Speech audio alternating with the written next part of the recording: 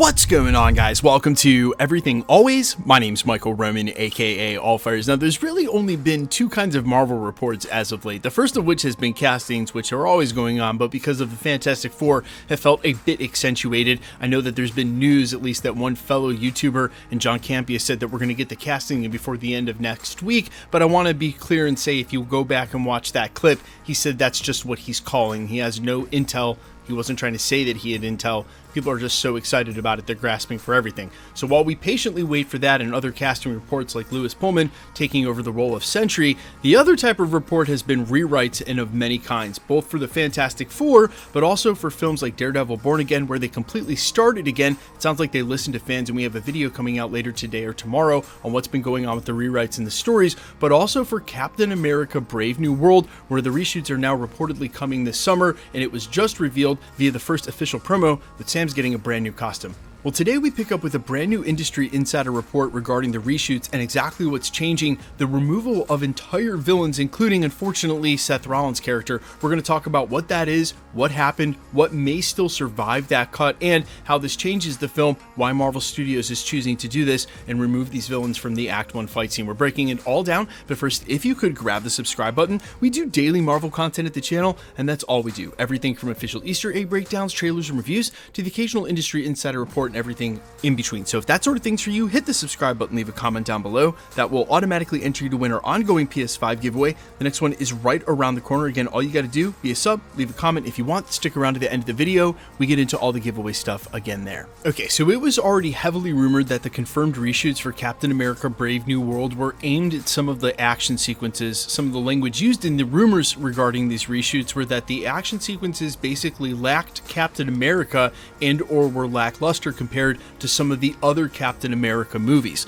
Now we've got industry insider and anonymous Twitter scoopster Can We Get Some Toast weighing in with more specifics about the reshoots and what they've now done to change Captain America Brave New World. And this was the latest as of yesterday. Quote, "The Serpent Society has been completely removed from Captain America Brave New World." So sorry all you WWE fans, that means that Seth Rollins' character, who was already confirmed to be a member of the Serpent Society and whose behind the scenes photos had already put him on set in a huge green leather trench coat. Fortunately, this means that if the Serpent Society are out, his character is out as well. Now, the report went on to say that their scenes were in the first major action sequence and featured Captain America, Falcon, and Isaiah Bradley.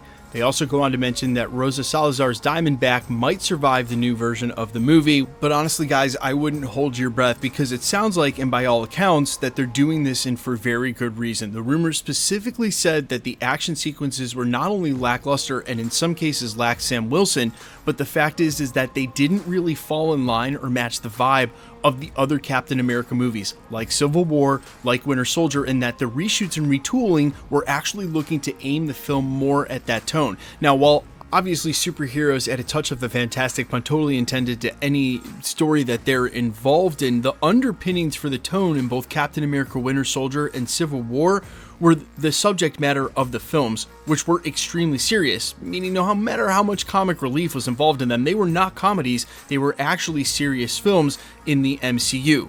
And so when you say that, you can maybe see how cutting a first act action sequence against a bunch of villains in snake costumes might have actually been first on the list as far as things they needed to cut in order to tighten up the film. Now, obviously I say that half joking because there's a lot of other ways it may have found its way to the cutting room floor, and especially for original rumors about this film and test screenings where people were said to be confused as to what was going on. Remember, there are so many subplots we already know are part of the film, including just what's going on with the Hulk, the leader, and the intelligentsia, the Red Hulk facing off against Sam Wilson's Cap. You gotta focus on the Captain America of the film, not to mention one of the main themes will be the sort of political subculture in the wake of what happened during Secret Invasion with a president that basically declared war on all others, which there are a ton of them on Earth and right now, and then the international struggle over what might be resources like adamantium that they set forward and didn't really explain during Wakanda Forever why we were trying to mine vibranium in the bottom of the ocean, if that was even the US government to begin with. All of these things have to be featured, answered, and part of the film. If you didn't need the Serpent Society as well on top of that, it's actually way easier to see how they would cut them. I feel like this film was dangerously close to being unexplainable anyway, confusing even for the regular Marvel fan. You don't want this to be an absolute hodgepodge of storylines. This is one of the Captain America films. There's already such a high bar set for the first 3 installments in the franchise. You got to imagine Kevin Feige and the rest of the company over there just took a look at this and was like, absolutely not. Can't get this wrong. And that's why, for a film that had its principal photography done before any of the others like Deadpool and Wolverine and The Strike, they still delayed it a full year because they want to get it right. Guys, I'm never going to fault them for delaying things for reshoots.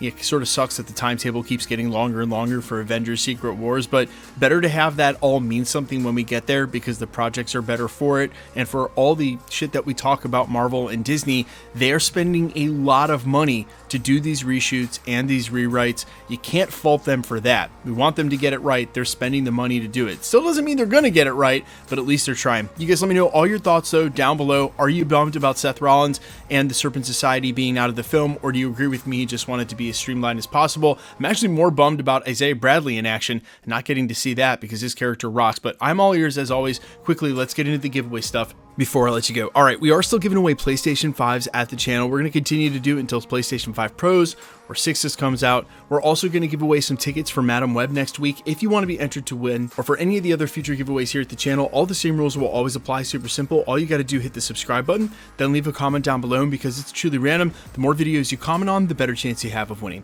All winners will be announced at the end of videos, the same way we're doing here. The best way to keep up with the content has always been to hit the notification bell with all notifications turned on, and as always, if you like today's video, I'd appreciate it if you'd hit the like button. All winners will always be announced live with my voice and the comments shown on screen, so please be safe and vigilant really on YouTube or any other platform. If you should ever find someone trying to impersonate a content creator tell you you've won a prize, make sure to report that comment to the respective platform. They're much faster about deleting that account, doing everybody in the community, including the content creator himself, a huge service by the report. Some of you have asked about the Deadpool watch party for the trailer. Since we sort of know when it's coming during the big game, I've got to be very careful about how I do it and make sure that there is absolutely zero in way of promotion for the quote-unquote big game, because no one is more litigious than the NFL. But that being said, we can do a watch party for the Deadpool trailer, and we will do it. We should know about a day or two out from the big game on Sunday, and this is again not this weekend but next, so we're about just under 2 weeks away from it, when it should be coming, so I won't have to be live for, say 2 hours before it drops. But we'll do a watch party and reaction to it. So if you guys are up for that, it's been a long time since we've had one for one of these. Actually, I think Thor Love and Thunder, or maybe Spider-Man No Way Home. Anyway, it's been a long time. We are going to do one, so I will see you. The next live we will be is for that, and in a couple of weeks at the channel. All right, I love you guys. I'll see you in the next one. Peace.